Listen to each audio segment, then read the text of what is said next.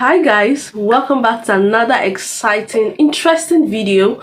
Today's video is from Watch Majouk. It's titled Top 10 Awkward Interviews on This Morning. So I've been seeing this a few times and I'm like, okay, let's watch this together. I can't see this alone because I saw this and I cannot unsee it. But we're going to see this together. My name is Oge. Welcome to the channel. If it's your first time here, hi, so happy to have you here. Do also like, share, subscribe, turn on post notification bell and drop a comment. Like, share, subscribe, turn on post notification bell and drop a comment. Let's dive straight into the video. The This Morning sofa really has seen it all. Welcome to Watch Majouk UK, and today we're counting down our picks for the top 10 awkward interviews on This Morning. I can't wait. Before we begin, we publish new content every day, so be sure to subscribe to our channel and ring the bell to get notified about our latest videos. For this list, we're focusing on the most uncomfortable and embarrassing interviews from ITV's award-winning mid-morning show. From squabbles to sex dolls, mishaps to meltdowns, these moments had us watching the box through our fingers. Number 10. Samantha Brick.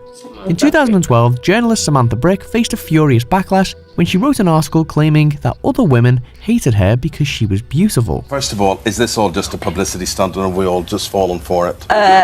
No, not at all. In this interview, Brick reveals how she has received thousands of offensive messages since the story broke, but if she had been expecting a sympathetic ear from her hosts, she was soon disappointed. Maybe you give off, so say you walk into a party, you give off an air of kind of arrogance or superiority. Maybe that's why the women don't like you, not because you're pretty. Ruth Langford has other ideas for why women might not like Brick. And judging by the presenter's own comments, we're guessing that she's not Samantha's biggest fan either. You say, I probably won't like you when you walk into a room because you're attractive, and I do take offence to that. I think that's totally wrong. Number 9. Gender-neutral school uniforms.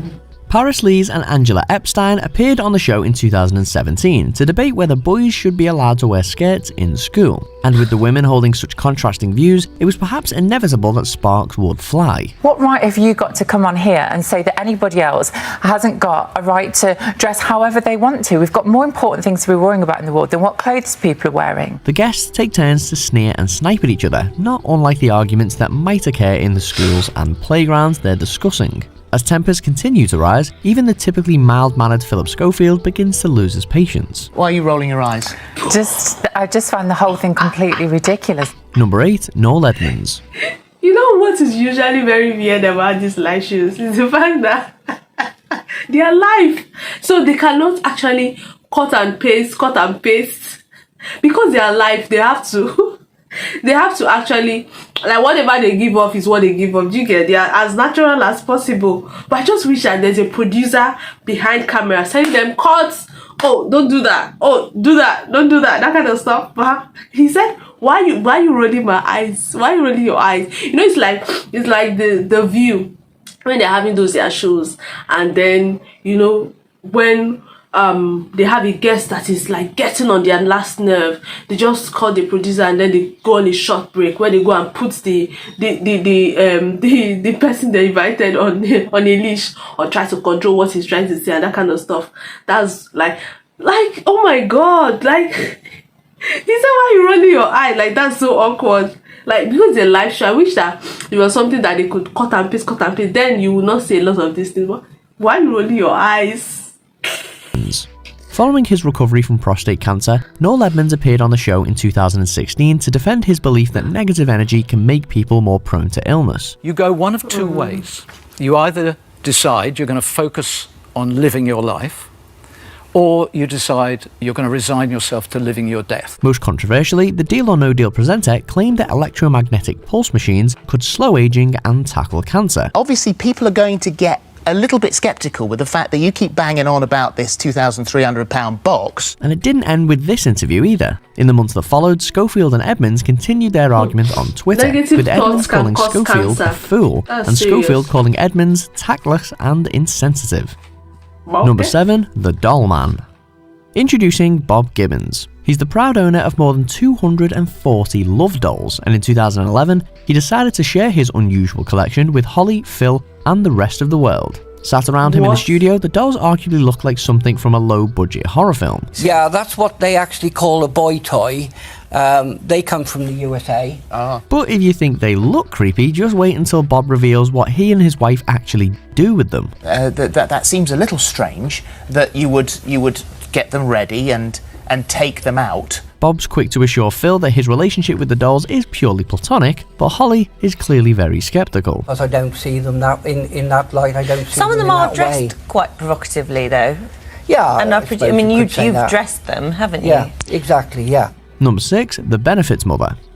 Mother of 12, Cheryl Prudham, appeared on the show in 2016 to defend her apparent exploitation of the benefits system. Prudham was then receiving over £40,000. Please, there is no way I would not cut this in to talk about the guy with the dolls. What's he doing with so much dolls? Like, it is so weird. What's he doing with so many dolls? And he even has his wife, so it's a kind of, well, am I so surprised? I'm not really surprised, because these guys, they come up with different things every time. Like, what's he doing with the dolls? What's he doing with them? He dresses them up and he takes them out. They're not, oh my God.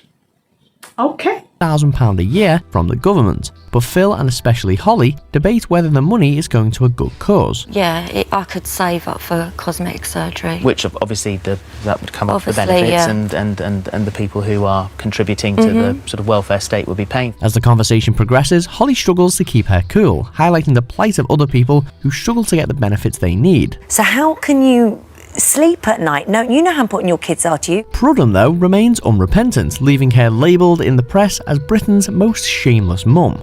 I don't know whether we're paying you today, but you can't sit here. Are we paying her today?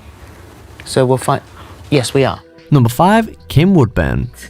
In 2017, this star of How Clean Is Your House appeared on Celebrity Big Brother, where she was at the centre of a number of explosive arguments. But I'm not sorry I said them. Guys. For what was happening to me, you'd have had to have been a saint, which I'm not. She seemingly went on this morning to put the record straight, but Kim continues her antagonistic approach, and the talk turns frosty when Phil asks a question about money. So how much do they pay you? It's nothing to do with you, Philip, is it? What are they paying Okay. you? Well, nothing to do with Then you. don't be naughty. Thank you. It's all downhill from there, with Schofield claiming Woodburn is argumentative and Woodburn accusing Schofield of bullying. They reacted to you because of the way you make me feel sitting on that sofa. Because You're already I making me don't feel like you to, when I get on here, confrontational. have an attitude that I'm to blame. You know damn all about it. We're just asking you a question. No, you're not, Phil. With neither side backing down, it's up to Holly to hurriedly end the interview. Thank you very, very much. It's been lovely having you here. What a delight to see you. I'm so sorry It's you been- feel that You way. big phony. Number 4, the sex robot. When Aaron Lee Wright took to the show to talk about a sex robot he had co-created, the entire studio seemed sufficiently stumped. The robot is turned off, but we still get to hear a sample of suggestive lines it can say. And then she might go on to say, Do you think we could get more sensual? and then, I can take many times, much more love, just because you can give it. I take it all. Oh. And if that's not weird enough, when Holly raises the prospect of a child stumbling across the machine, Wright makes this disturbing revelation. Well, I had 2 children myself, and they actually, Samantha has a family mode. It is all too much for resident psychologist Emma Kenny, who promptly pitches her impassioned counter-argument. This is not real. She is not called Samantha. She's a piece of whatever you've made. Number 3, Kerry Katona. To one of the more infamous moments in the This Morning back catalogue, and a 2008 appearance by Kerry Katona which left viewers genuinely concerned for the former singer's health. She's only just arrived. Apparently there was an accident on the road this morning and she's just managed to sit down. Just got in time. Kerry was on the show trying to relaunch herself as celeb to be taken seriously, but her efforts backfired thanks to this slurred interview. It makes me like, wow, to how I am now is such a relief. I mean, they were so big. Fern Britton seems to suggest that Katona has been drinking, while Kerry's blaming her behaviour to medication makes for increasingly uncomfortable viewing. But your speech is a bit slurred. I mean, how are you feeling? Is now? it? It is a bit. Phil and Fern also received some criticism for their handling of what's clearly a very delicate situation. Thank you. Thank you very much for answering our questions. No problem, thank you. might have felt you were put on the spot. Thank you. Yeah, thanks. Okay. Number 2, the Ali G impression. Following a campaign by the Sun newspaper to get Richard Madeley to change his hairstyle, viewers voted in overwhelming numbers for him to adopt the look of Sacha Baron Cohen's comedy character Ali G. And Madeley doesn't disappoint. Now, Judy, when you was presenting with Richard, what does your real husband think? Richard, you are my real husband. He appears in costume to interview Judy, who mostly humours her husband, in between despairing at his jokes. So, is it okay if I, Ali, does the show with you today? What, looking like that? Opinion on Richard's performance was divided, with some singing his praises, but in terms of comedy value cringe, few telly moments can trump this. And we did the first take we did just before the show went on air. I couldn't do it anyway, but I really couldn't do it. I sounded Welsh. Number 1. Katy Hopkins. Former The Apprentice contestant Katy Hopkins never seems far from controversy, but she really ruffled feathers in 2013 when she admitted to judging other people's children based on their names. Name for me is a shortcut. It's a really efficient way of working out what class that child comes from. Do I want my children to play with them? In the now notorious interview, Hopkins explains how she won't let her kids play with children whose names she doesn't like, which leaves Holly reeling. Do you know? I don't buy You must that. have missed a month so much in your life if you don't see that as being all together, ladies. You're all talking Sorry, together. I can't help but get involved. And as the argument grows more and more heated, Phil is forced to step in. But there's a fantastically satisfying twist when the presenters take aim at Hopkins' own choice of child names, leaving their guest with egg on her face. Oh, so Brooklyn or London. Your child's called India?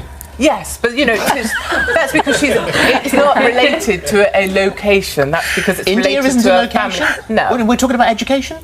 India's a very, very lovely name for a very lovely child. I think Katy was on gas and air when she chose those names. Yeah. Do you agree? Okay, I think for this woman, I don't think, because I was thinking like something really deep, but it's not that deep for her. So it's just like something very superficial. But why would you pick who your child should play with? You know how children can be. They want to play with everybody. Everybody wants to be their friend. So why would you? I don't know. To each his own. I don't know. But I think I want to say something about Phil, like the male interviewer. Is it that Phil is very hot-tempered? Is that Phil is very hot-tempered, or because I've watched a lot of these videos right now and I'm seeing that he's provoking his the people he brings on his guests. It provokes them. Look at that woman where they had to, cut and then tell her that okay, it's okay that she can go. Like he was provoking her. He was provoking. So is it Phil or the guests? Because I don't understand. Which of these people is the highlight for you today? Like I feel like each one of them came with a unique weirdness or awkwardness, to be honest. The guy with the sex doll, like I don't understand. That thing is not human. So it is not even human. Yeah, I think I've heard about, it's almost like a sex toy or something like that, but a sex doll, like a robot, like it's not even human. It has no feelings, has no emotions. Do you get? Yeah, so what's the point of doing that? Do you want to do that with people that are sexually starved? I don't know. What's the point of creating something like that? That was very awkward. The other was the man with the dolls. And then the woman that I feel sorry for this lady, the one that the singer that was trying to rebuild her career, that came up that her voice was Phil said her voice was kind of still slow, like she was drunk in the morning. Oh my god, that man. That was very funny for me. But anyway, which of these videos actually was a highlight for you? Why? Which of these videos have you actually watched the full interview? Because they just cut out those awkward parts and then they put them together, and then so which of these videos have you actually watched the full? Because sometimes when they cut out a part, it's just like you have not seen the full video. So which of these cutouts have you seen the full video? Like, oh, this is not what actually it meant. This was actually meant. Do you understand what I mean? And Phil, he's a very interesting guy, to be honest. His co-host too. He's a very interesting guy, but I just feel like he has the questions. He has a way of annoying his guests or bringing out that fire in them. I don't know. It's just what I think. Judging from all the videos I've been watching, they are very, very. All the videos are this compilation is actually very awkward and funny. Each came with its own unique awkwardness, to be honest. But let's know which of these videos you can relate to, you loved, you enjoyed, and why. Which one was the highlight for you? Drop all your comments in the comment section below. Do well to like, share, subscribe, turn on the notification bell. I'll see you in my next video. Bye bye.